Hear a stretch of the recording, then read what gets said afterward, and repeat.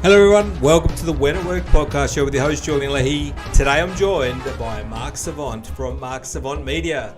And we had a little bit of a false start, but we're back in business and we're going to crack on. So as I have explained, you have 3 lifelines, Mark. If you're not sure, pick a lifeline and try and stay alive in the game. So the first question is, a metaphor for a tough situation.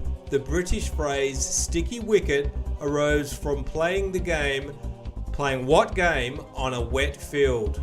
Cricket, rugby, soccer, baseball. All of which one of them's played in North America, so you can Yeah, I know it's not baseball. I think it's unlikely to be rugby. I mean, sticky wicket.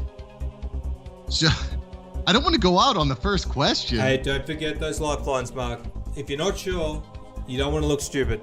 What are the lifelines again? So 50-50 split where we knock it down to just 2 responses. One of them will be correct. Poll the audience and you can holler at somebody. Or maybe I'll let you use ChatGPT for your lifeline.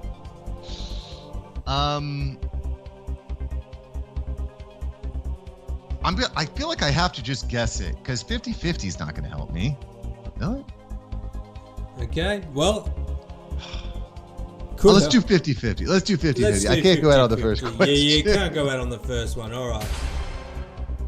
That's what I was afraid of. He was going to give me those 2. The 2 that you were thinking of already.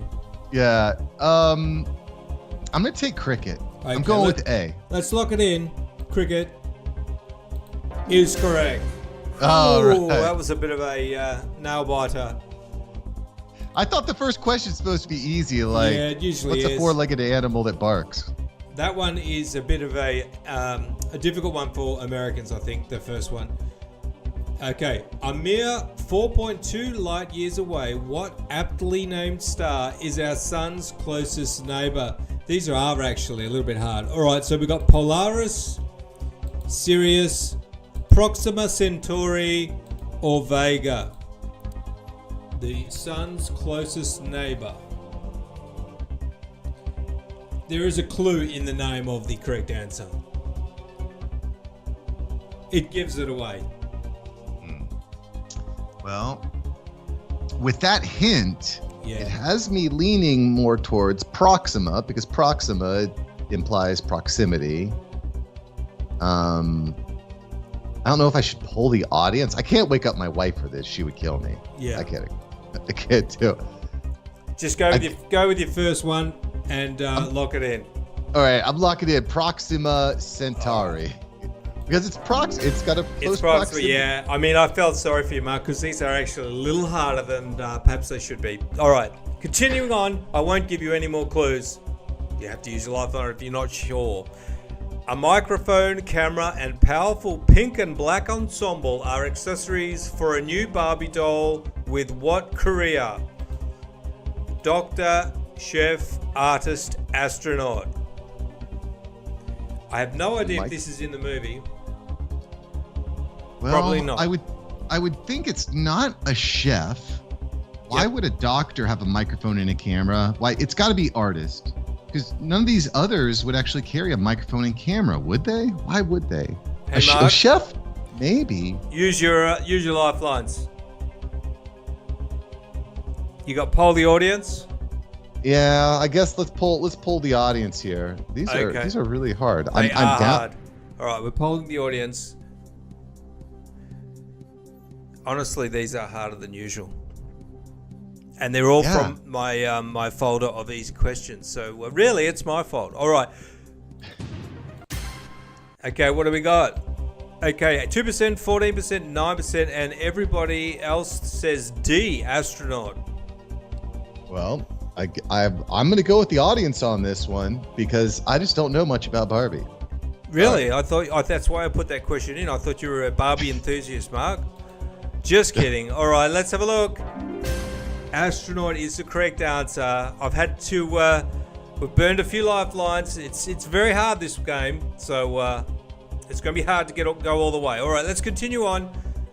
We'll let you have your ChatGPT lifeline as your last lifeline. Hopefully you won't need it. A medicine man named Ketut Lier is a now popular tourist attraction in Bali thanks to his appearance in what memoir? Eat, Love, Pray, The Alchemist, Into the Wild, and Wild.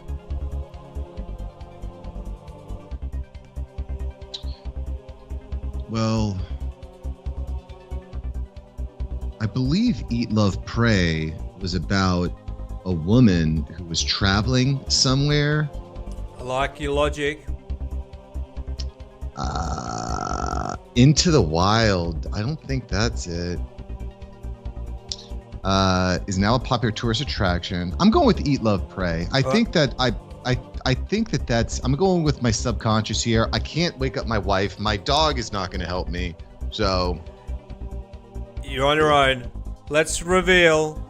Is Mark going to go out for $500? First person ever. He stays alive. This is stressful, It Julian. is stressful. I was not expecting this at 10 o'clock at night. No, it's a bit much. It's a bit much. I got to turn it down. All right. This is intense, dude. It's intense. Okay, well done.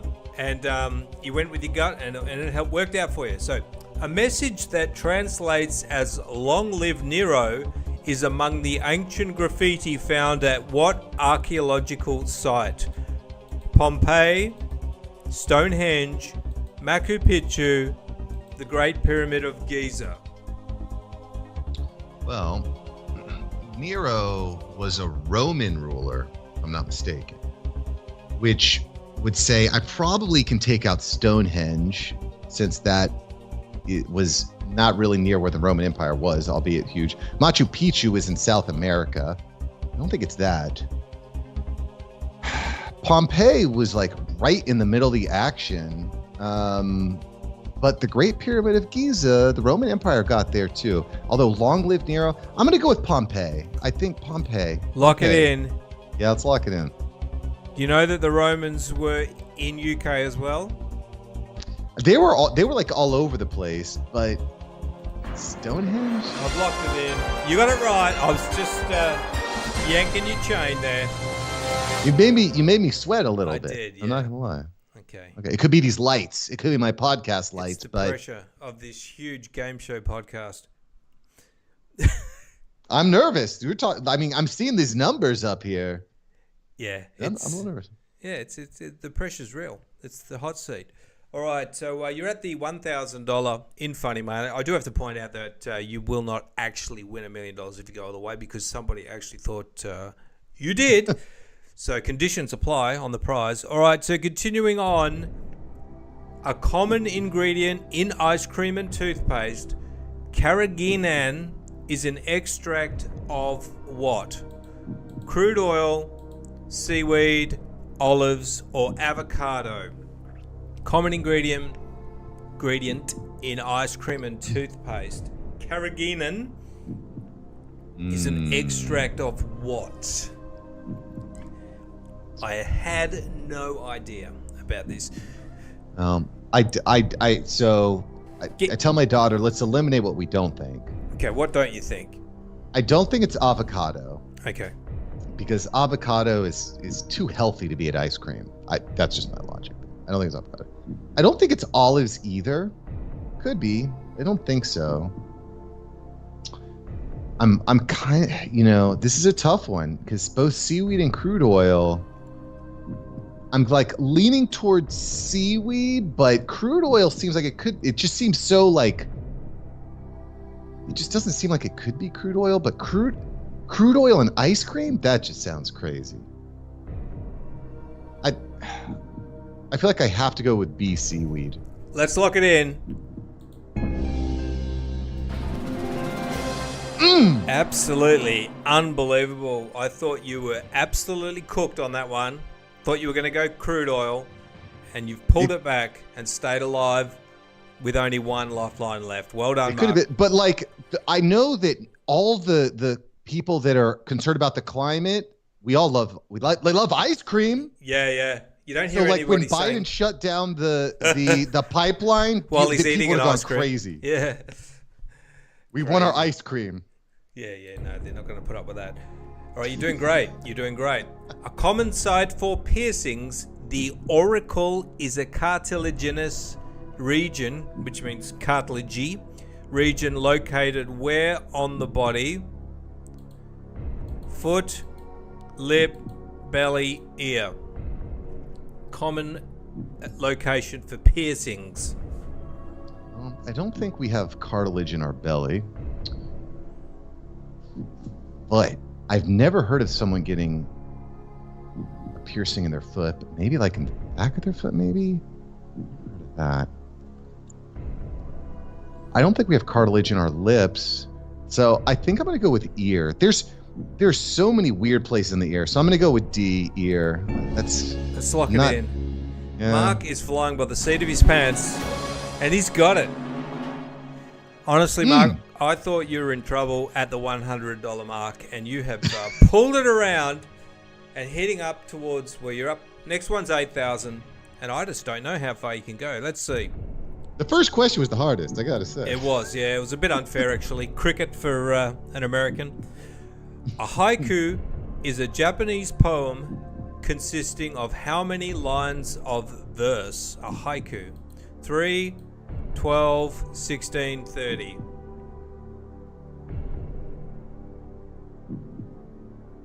I'm gonna go with A, 3.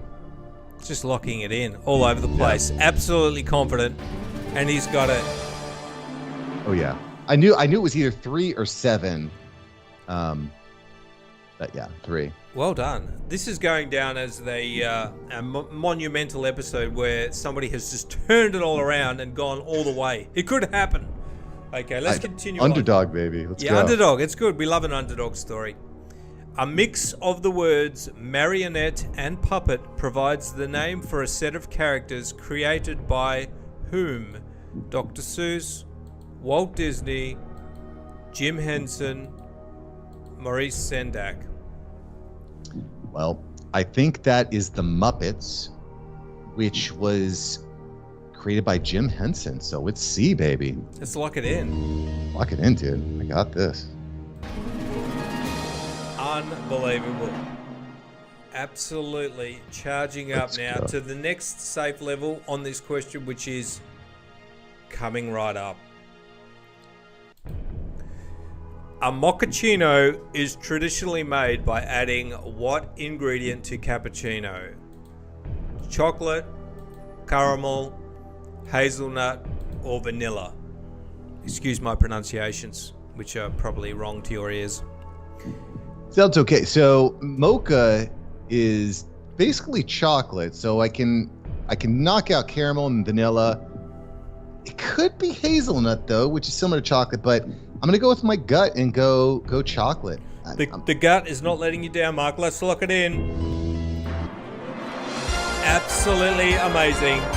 $32,000 mark.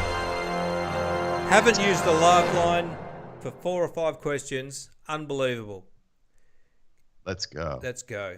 Continuing on. Let's see. Okay. A criminal who has cooked the books has engaged in what kind of illegal behavior? Poisoning, accounting fraud, a fixed boxing fight, or drug dealing? Cooking the books, baby. You're messing with your taxes. If that's accounting fraud, bro. That's accounting fraud. Let's lock it in. Fraud. Well done. Let's go. We're going for the million, baby. Let's go. Going all the way. This is amazing. Let's get straight into it. A cow catcher is a metal grill that is commonly found on the front of what type of vehicle? A train, a bus, a ship, or a tank? A cow catcher, metal grill, on the front of what type of vehicle? Well, I don't think it's a ship. Because I'm assuming what the cow catcher is there to do, it's to stop the cow from destroying the vehicle. So I'm thinking probably not a ship because cows aren't really swimmers. I don't think it would be a tank or a bus. Like, it would make sense to have a cow catcher on the front of a train. So if a train wanders onto the track, or if a cow wanders on the tracks, it can catch it and knock it off. So I'm going to go with A Train. Let's lock it in. Cowcatcher is correct. Logic and reason, baby. This is amazing. This is incredible. 2 questions left to the $1 million mark. Conditions apply. All right, let's continue on. Can he do it? This is hard. Are you from, what part of the US are you from? I'm from South Florida. Florida. So, South-ish. This is a question from the South. Let's see if you can handle this one. While the winner of the Kentucky Derby is draped in red roses, the Belmont Stakes winner receives a garland of what?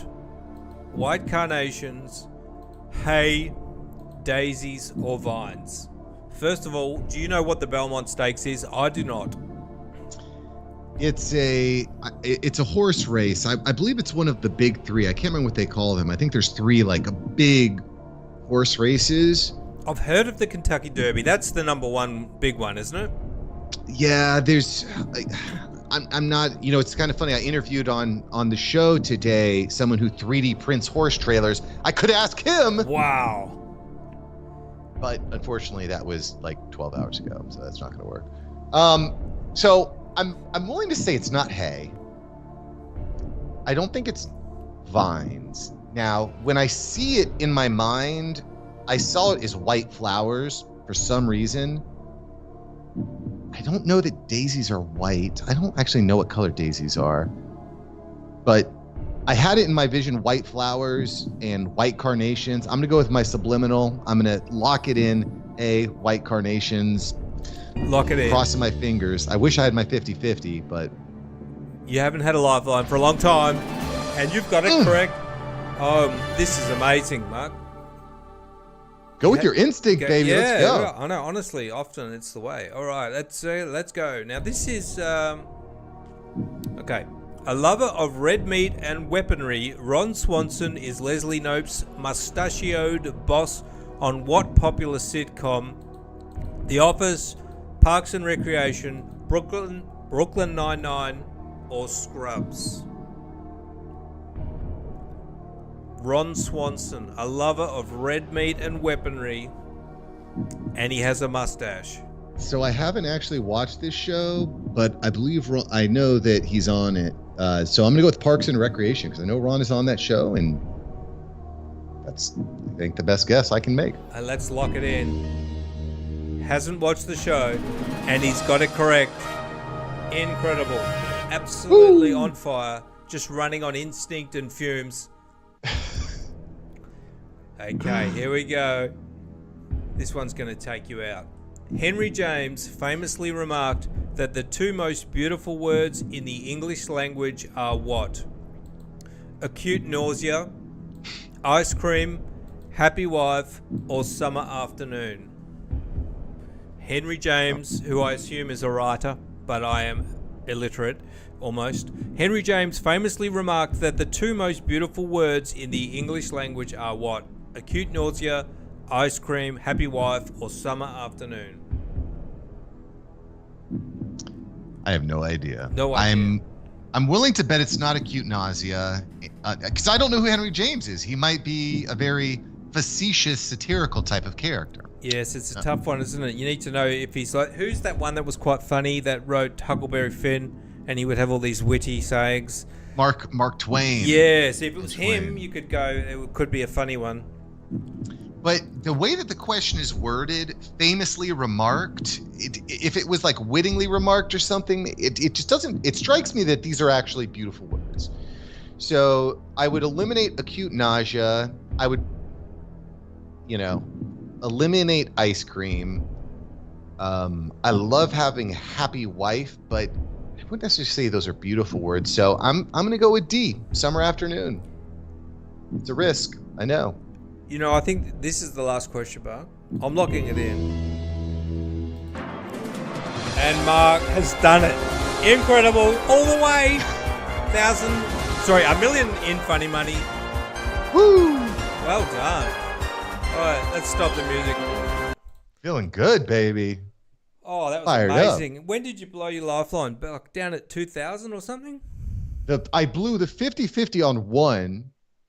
Yeah, number one, the first one. And then there was the Barbie question, which I think was like number 2 or 3. Yeah. Maybe number 3. And then you just went all the way. Incredible. Never seen that before.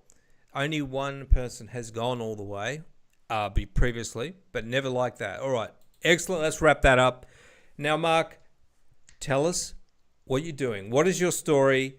You were in insurance. You were managing a busy insurance company, which sounds stressful, and you got out of it. What was going on, Mark? Tell us the story. Well, yeah, when I graduated from college, my father, who owns an insurance agency, a successful property and casualty agency, said, "Hey, Mark, I need help. Would you come run it?" And I said, "Sure, why not? I'm looking for a job. I'm not finding a great job. This makes sense." And it sucked. I hated it. I did it for about 5 years. And then I said, you know what? Why do this? Which, quite frankly, ladies and gentlemen, there's this idea that the best way to accumulate wealth is to graduate from college, get a job, buy a house. And I don't think that dream works anymore. I don't think buying a home is a good way to accumulate wealth. You have to build a business. You have to build a business that you own. That's the way to accumulate wealth.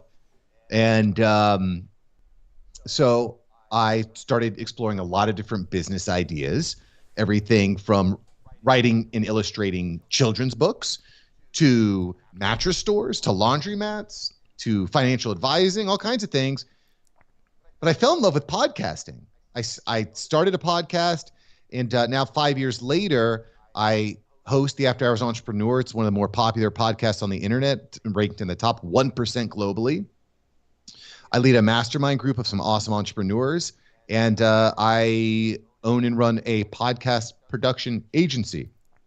And I quit that job 1 year ago in August, and I'm so glad that I did. I'm so glad that I did. That's amazing. And you've done a lot of episodes, and what about podcasting really drew you in, and how has it helped with what you're doing? How does it help other people as well? Well, what drew me in was, as I was trying to explore what type of business I wanted to build, I was listening to podcasts for help. I was listening to all these podcasts. I was like, these are awesome. Why don't I start one? I love the community behind podcasting. It's such a great creative outlet. I'm a creative guy, just like we're doing here. It's so cool. I've been on so many podcasts, and seeing all the unique ideas just fills my cup. So I love that. And I was at a conference just the other day. I was at Patrick Bet-David's annual Vault conference. Big business, big entrepreneurship. And I was talking to someone. We were just kind of chatting on the back patio. And this guy walks up, taps me on the shoulder, and says, Mark, I can't believe it's you. I've been listening to your podcast for over a year. It's so great. This is so cool to meet you. Let's take a picture." And that was a really cool moment to know that I can actually change the world. I can impact lives in a positive way through this medium of microphone and internet and camera, which historically has been completely blocked by gatekeepers in Hollywood, in New York. If you didn't have a television contract, you weren't getting your voice out there. And I just think that podcasting is really special, and we sometimes undervalue how special it is to have access. Yeah, that's pretty cool to have somebody come up to you, because sometimes we forget that maybe there are actually people listening. How long did it take you before you started getting some of that feedback that maybe this is actually going to work? I believe, because listen, I was in insurance. I knew claims and deductibles and sales. I had no idea how to do a podcast. I had no history in media production. I didn't even like social media. Frankly, I don't really even like social media now. But I really fell in love with the medium. I loved the talking.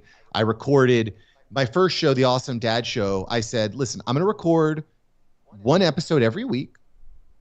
And even if nobody listens, I'm going to do it once a week for a year. And I did it. And then people started paying me to help them with theirs. And people were listening. And I had built a community. And I was talking to Super Bowl champions and celebrities and politicians and presidential candidates. I was like, this is cool. I like this.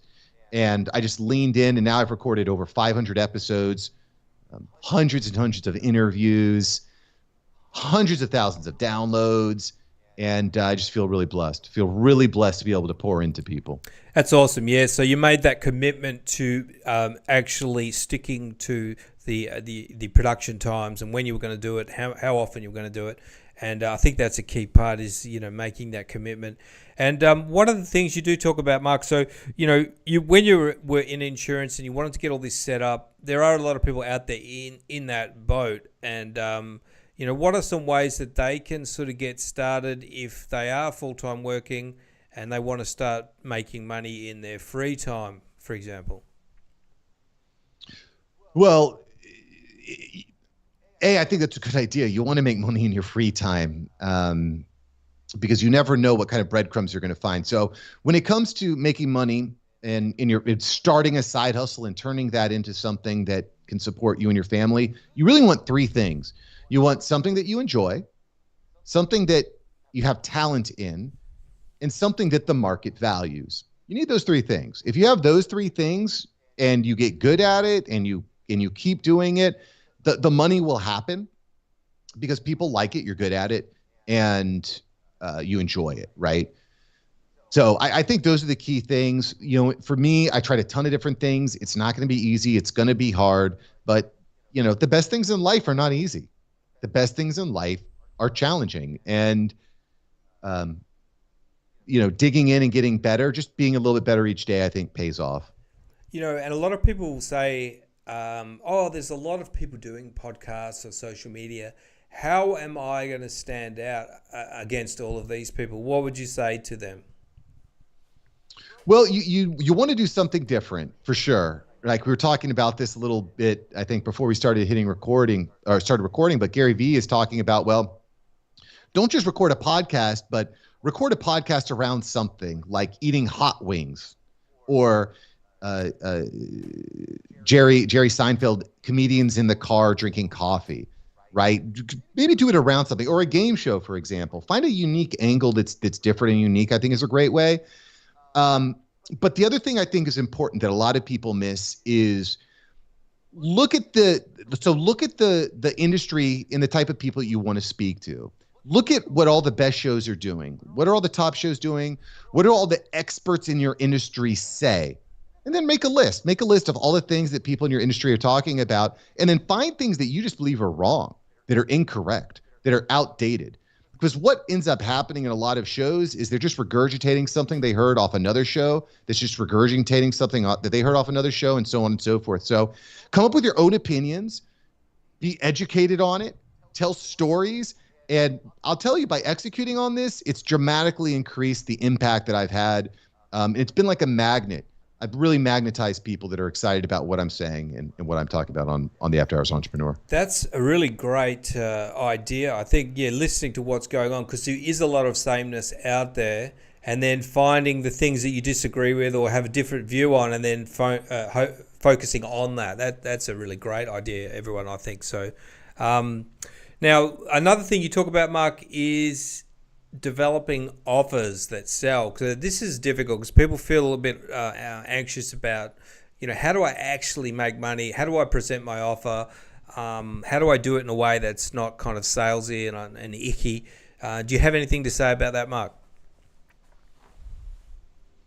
I have a lot to say, but my hot take would be pick up the damn phone. Pick up the damn phone. Everyone's talking about creep into the DMs, create the best lead magnet, start hacking emails. And, I think all that stuff is valid, scraping. But at the end of the day, you just need to pick up the damn phone and just start calling people. And I will say it's very uncomfortable. I'm not a salesy guy. It's uncomfortable. Last week in the mastermind group that I run, I committed to the group that I was going to reach out individually and call 20 people I thought would be a good fit for the group. 20 people, in some of which I knew pretty well, some of which I didn't.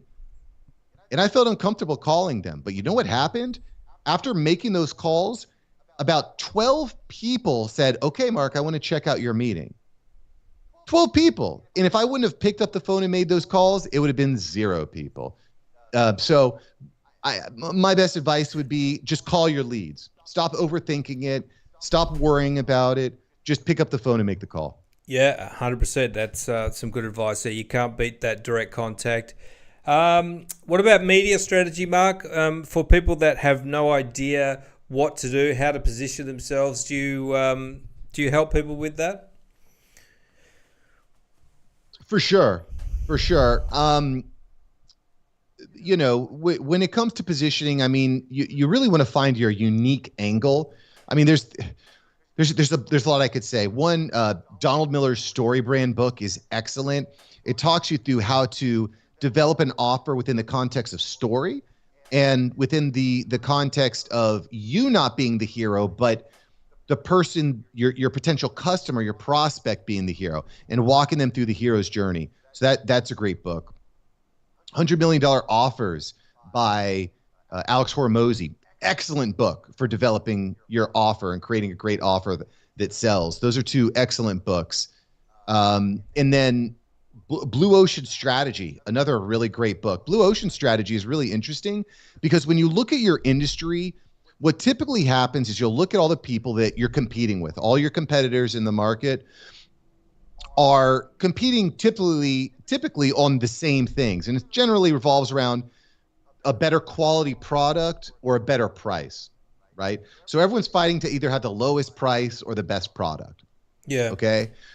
But that's what we call red ocean. The blue ocean is finding a completely new angle that nobody is competing against. That it's something that nobody has actually seen. And I gave this example a minute ago about this guy Brad Heath that's 3D printing horse trailers. Nobody's doing that. And there's a lot of advantages. There's environmental advantages, which horse people love.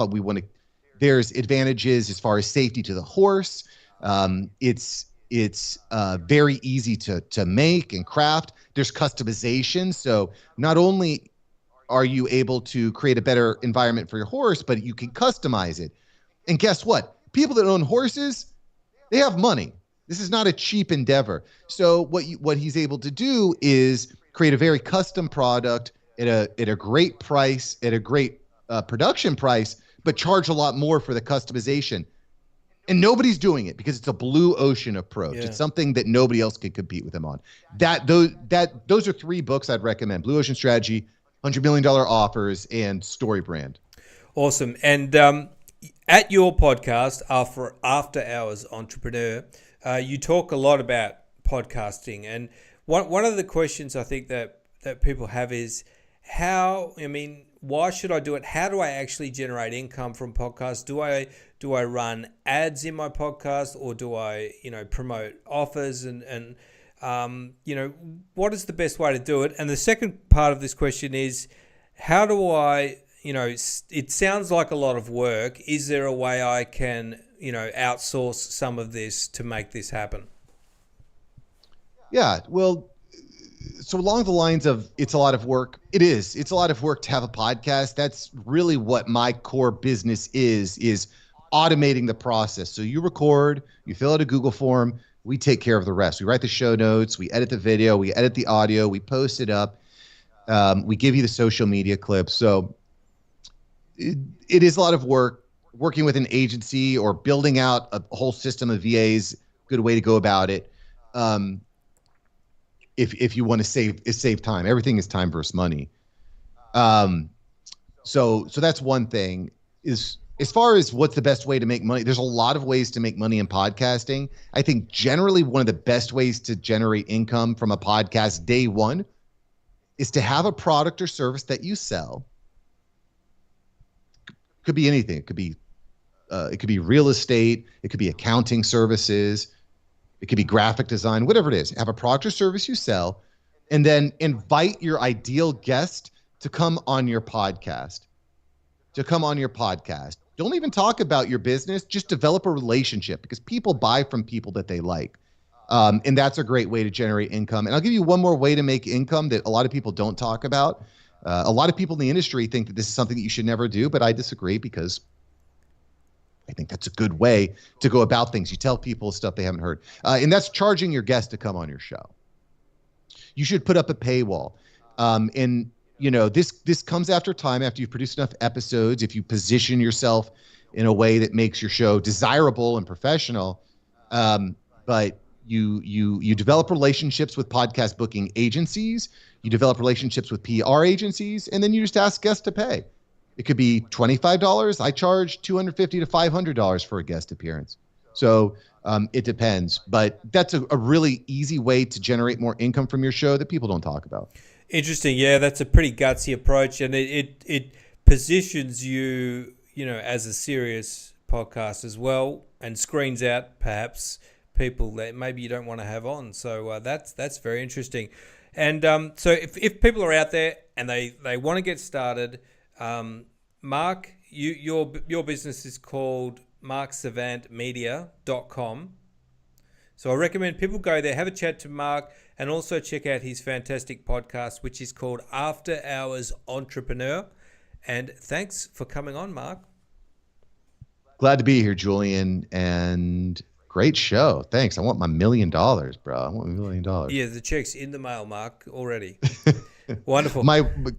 A funny story. Whenever my daughter beats me in anything, she always asks me what she wins. And I always say bragging rights, and she does not like bragging rights. She wants the goods. They want the goods, yeah. They always do, and they never forget it if they're owed something, a candy bar or something. Never. Never. She'll take it to the grave. Wonderful. All right, thanks, Mark. You were fantastic, as I thought you would be. And I'm going to wrap things up. Thanks for watching, everyone, and I'll see you next time very soon. Bye.